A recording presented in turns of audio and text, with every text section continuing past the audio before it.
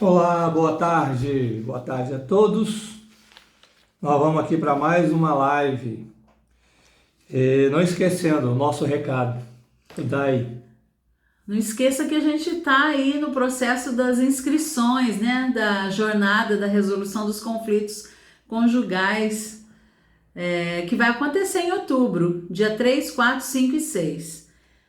Passa lá se você tiver no Instagram, no link da bio no Instagram, na descrição desse vídeo e também na descrição, na descrição ou no link Tem um branco. do Instagram. O link vai estar lá, se você quiser participar da jornada, né, da resolução de conflitos conjugais. Vai ser bom para te ajudar, para te mostrar como resolver os conflitos conjugais através da Bíblia. E aí nós estamos fazendo aqui, enquanto a jornada não chega, nós estamos aquecendo. Estamos fazendo lives de aquecimento para a jornada. E estamos aqui mais uma vez nesse dia, nessa quinta-feira, com mais uma live. E agora falando sobre o que fazer quando desespero e decisões precipitadas acabam atrapalhando, né, a resolução dos conflitos conjugais. Muito bem, a gente vai falar sobre responder essa pergunta aqui, né? Assim, nós temos algumas causas para o desespero, né, e para as decisões precipitadas. Por que casais e até pessoas, né, entram em desespero? Por que os casais tomam decisões precipitadas? Por que nós estamos fazendo essa live? Porque nós temos encontrado nos aconselhamentos casais em desespero por algumas situações. Casais tomando decisões precipitadas por conta de algumas situações. Essas situações são as mais diversas. Podem ser situações financeiras, alguns casais tomando decisão precipitadíssima por causa de problema financeiro, porque entrou numa ciranda, né? Naquela loucura às vezes do cartão do crédito, ou assumiu algumas dívidas, assumiu alguma prestação, não pode pagar. Ou uma traição. Ou isso, né? Às vezes são doenças, são enfermidades, essa aí a gente não controla, né? Algumas doenças, algumas enfermidades, que às vezes faz com que o casal tome decisões precipitadas também, que entre em desespero. A Ângela falou a questão do adultério, né? Das traições. A gente já viu muitos casais, ou o marido ou a esposa, tomar decisão assim, precipitadíssima por causa de um adultério, né? Por causa de uma traição. Seja lá qual for a causa, geralmente essas decisões precipitadas, elas são tomadas quando as emoções estão à flor da pele, né? Então, seja lá qual for o motivo, as emoções estão à flor da pele, né? Ou muito irado, ou muito triste, ou seja lá qual for a sua reação. Não tome nenhuma decisão, né, precipitada. Não tome nenhuma decisão. Agora, por que nós entramos em desespero? Porque a pergunta a causa principal de nós entrarmos em desespero, do casal entrar em desespero. Por que alguns casais tomam decisões precipitadas por conta do desespero? A resposta é única: incredulidade, certo? A gente não crê, na verdade, a pessoa que entra em desespero, que toma decisões precipitadas, via de regra é alguém que está com a sua fé abalada ou está incrédula. Ela não acredita que Deus pode resolver a situação, independente de qual seja a situação, não é? Jesus mesmo disse: não existem coisas para os homens que são impossíveis, mas para Deus tudo é possível. Quando nós cremos nisso, não existe razão para a gente entrar em desespero. não existe razão para a gente tomar decisão precipitada. Por quê? Porque nós cremos que o Senhor pode trazer solução para tudo. Mateus capítulo 14 tem aquele episódio de quando os discípulos estão no barco, no meio da tempestade, Jesus vem andando por cima das águas, né?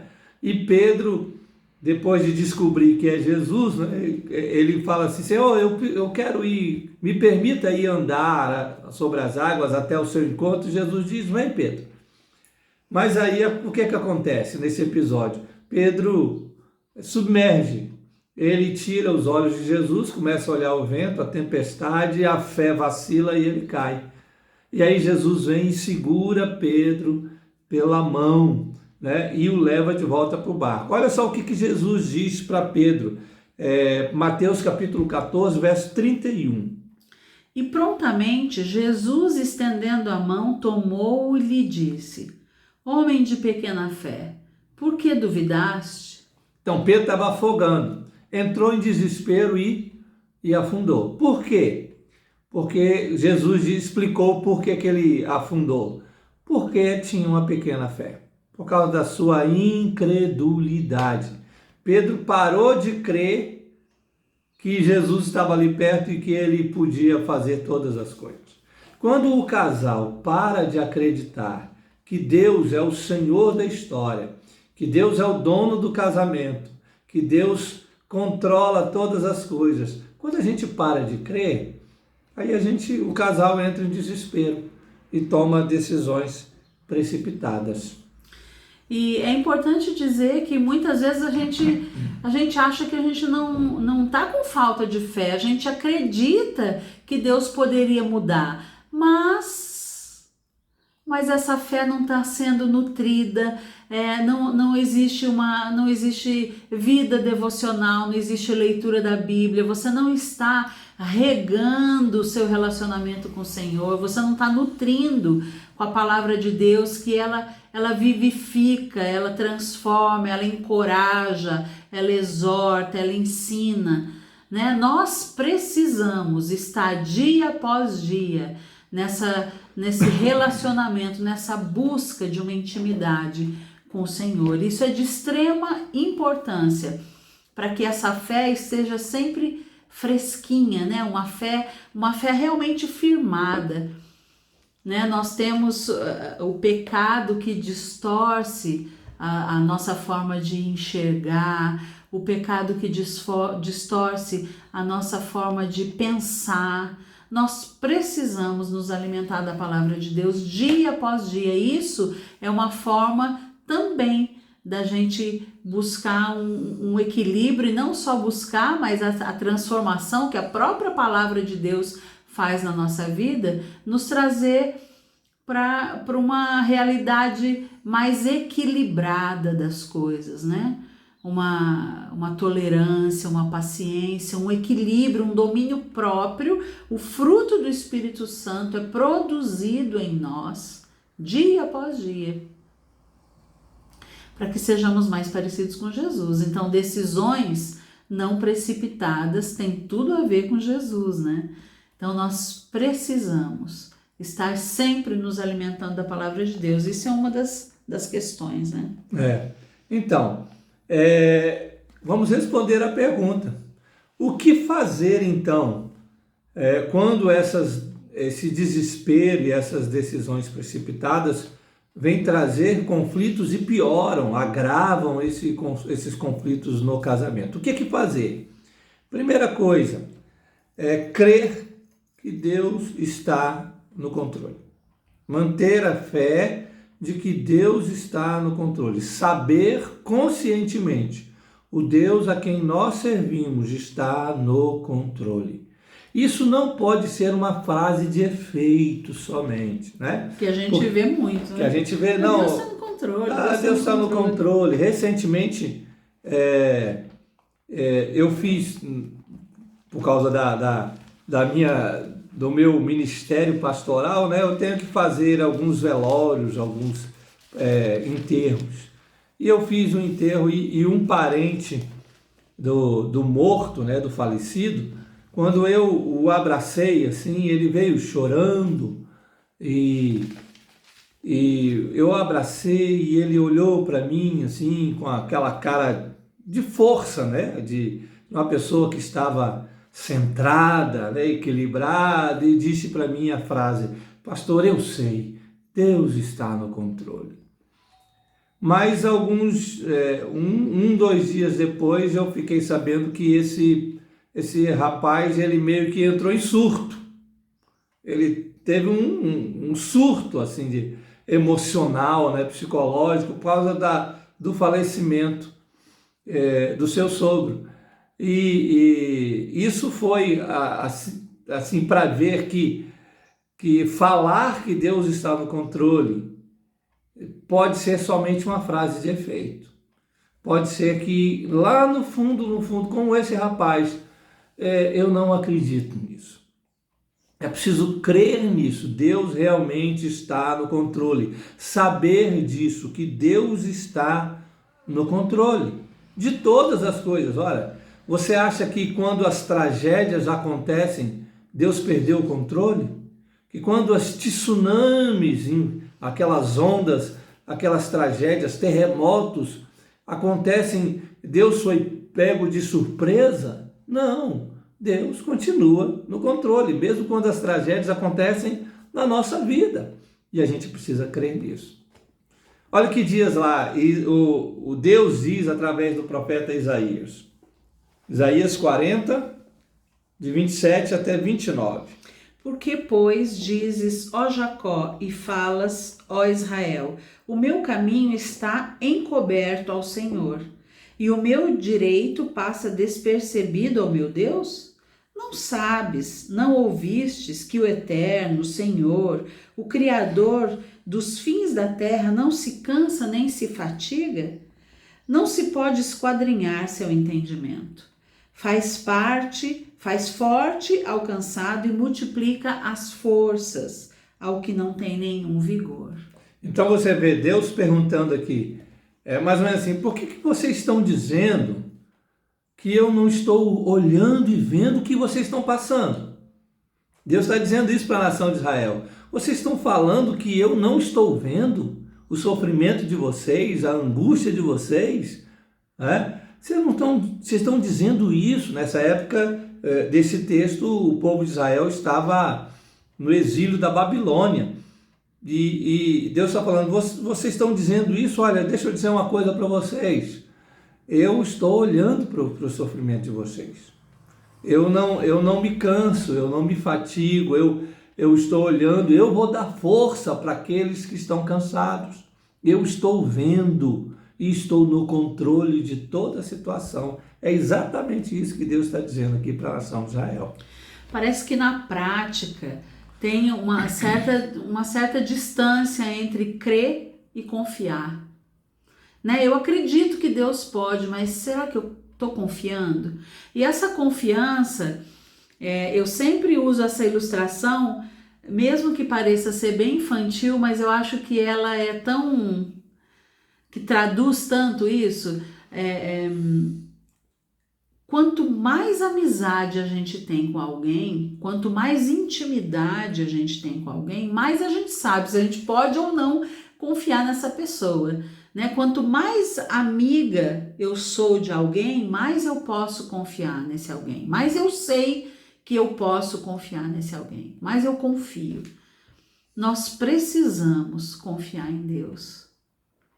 Nós precisamos descansar na soberania dele, nós precisamos descansar na vontade dele, que é boa e agradável e perfeita, mesmo que não seja de acordo com o que a gente esperava, que a grande maioria das vezes não é.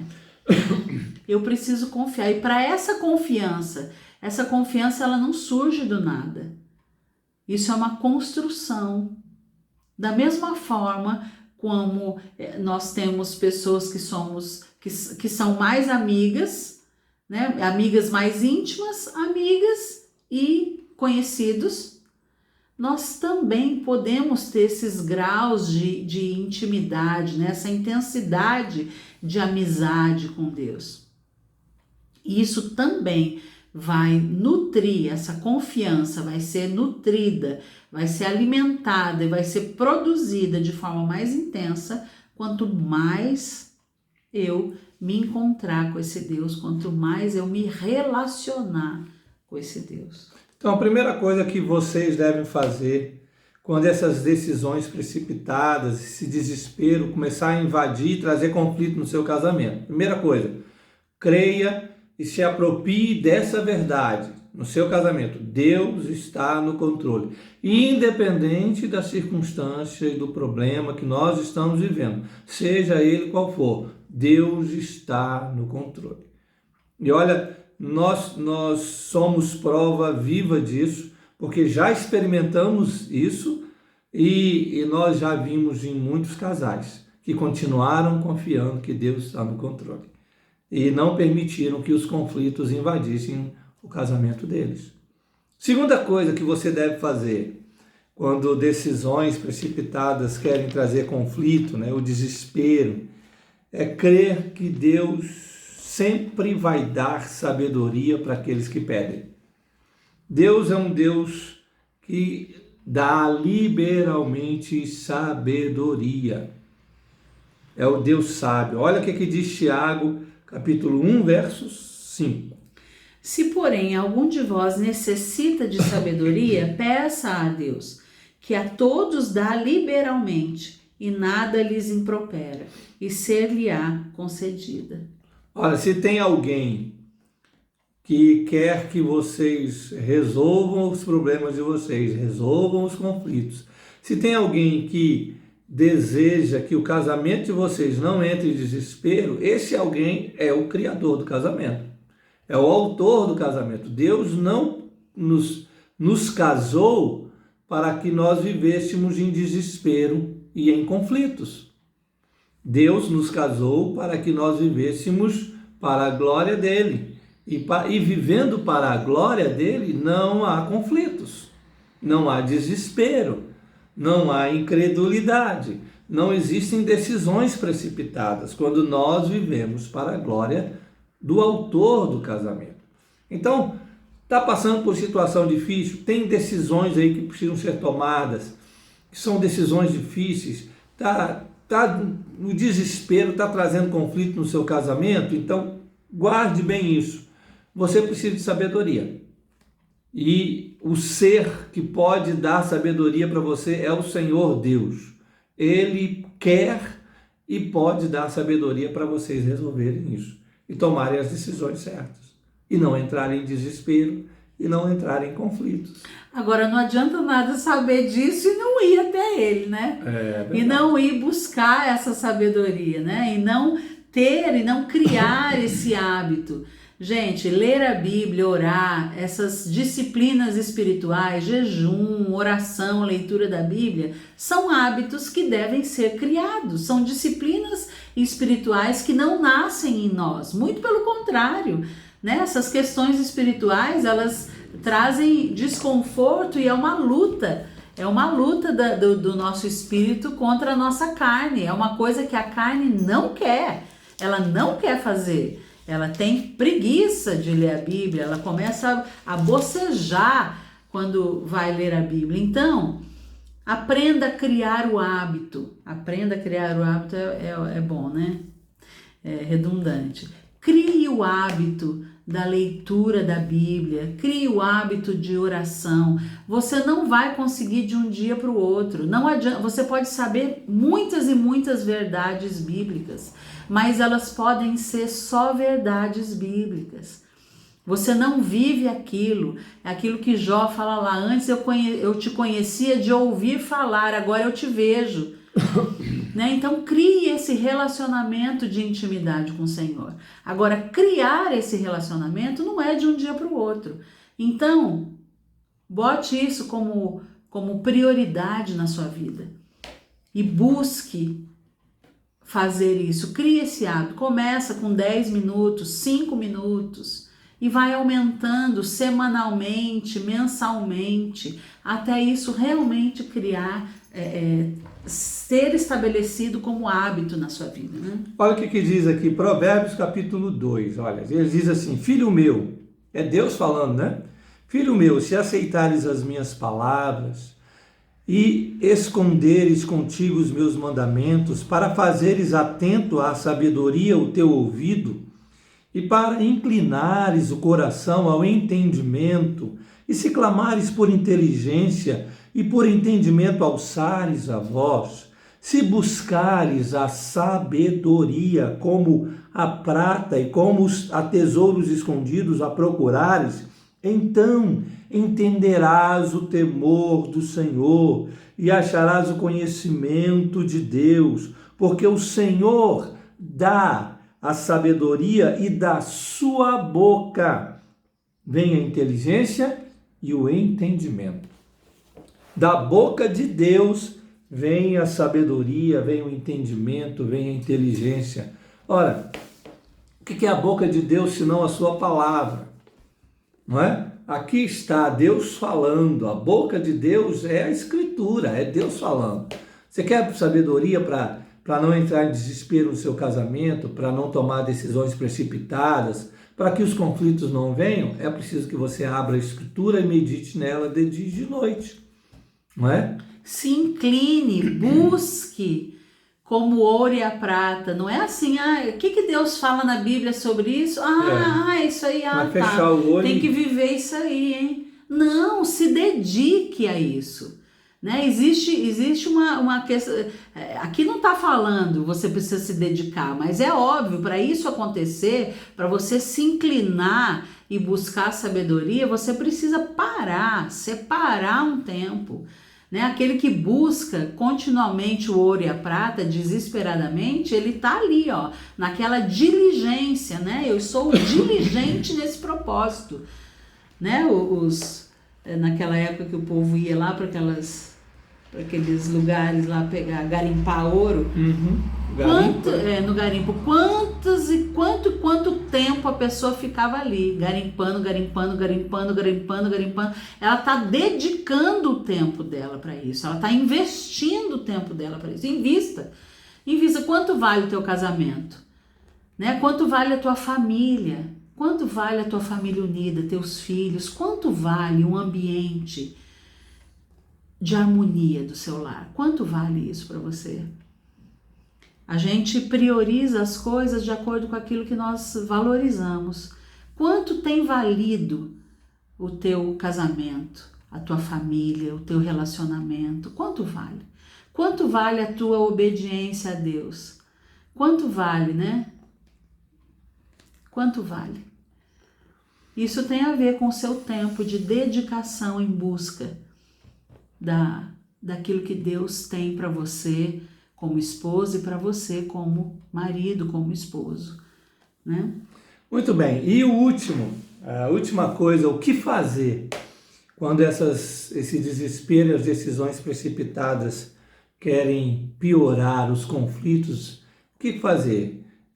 Você precisa entender que fugir não é a solução. Não fuja. Porque algumas pessoas nesse momento entram em desespero mesmo e querem acabar com tudo. Querem fugir do casamento. E essa fuga só piora as coisas. Nós temos encontrado muitas pessoas que querem fugir do casamento achando que isso vai amenizar o desespero e vai resolver os conflitos. Não resolve. E as fugas podem ser literais mesmo, né? Você fugir, embora de casa.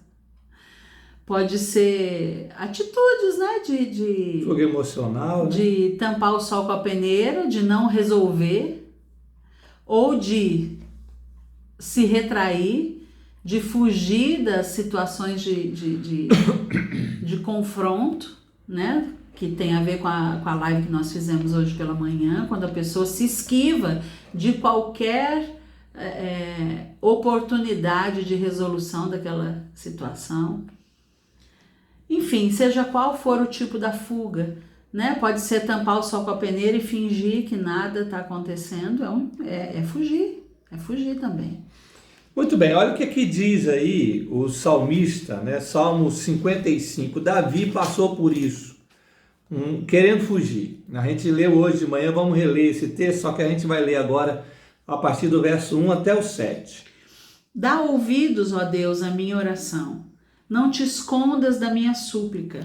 Atende-me e responde-me. Sinto-me perplexo em minha queixa e ando perturbado. Por causa do clamor do inimigo e da opressão do ímpio, pois sobre mim lançam calamidade e furiosamente me hostilizam.